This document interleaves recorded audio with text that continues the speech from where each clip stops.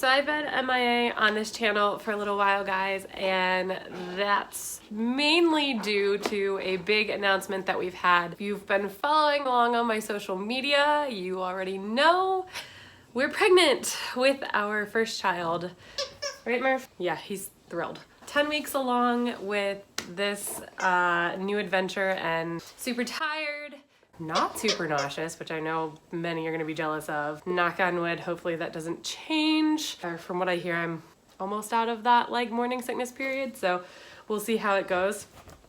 But we used this one to do our official announcement on social media. I got myself a little letter board and did a nice little message from Murphy. So if you're going through it or you've gone through it and you want to share with me and everybody else, that would be so nice. So I'm definitely going to be spending a lot of time on YouTube, watching other channels and seeing other people's stories and hopefully learning a lot from people that have done this before. We are reading the book, we are consulting our doctor. We did just see the doctor the other day. We saw her at actually 10 weeks due to the switcheroo of insurance here in PA. Got to see the baby, which was exciting and made it so much more real on the ultrasound. So this next time, hopefully we'll get to hear the heartbeat and be one step closer to finding out whether it's a boy or girl. We're not really sure we want to know yet. I think we want to know. We've talked about it a little bit, but I'm sure the final decision will come shortly. Naming tips, we have no idea. Absolutely no idea what name to pick. And I'm sure I'll share more as we go along. Knitting update, I'm working on two different blankets. One is the test knit is wrapping up shortly here. So even if my testers haven't finished the blanket, I'm hoping to collect all their feedback. It's very similar to the double seed stitch baby blanket. It's kind of like a cousin to that.